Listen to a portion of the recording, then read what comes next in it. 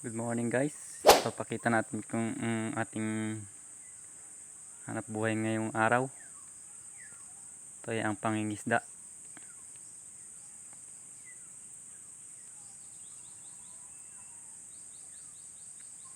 Ito guys, yan dinampot ko tilapia at saka karpa. Yan po yung nahuhuli ko araw-araw.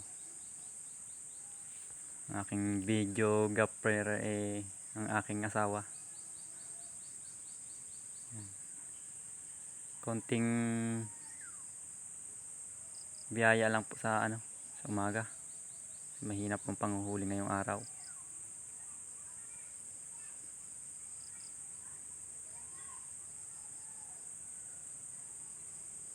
Sa susunod po nating vlog is ipo-full video natin. Ang tawag po sa aking panghuli niyan ay ang fish trap. Yan po yung screen na ginagamit na panghuli ng isda dito sa amin.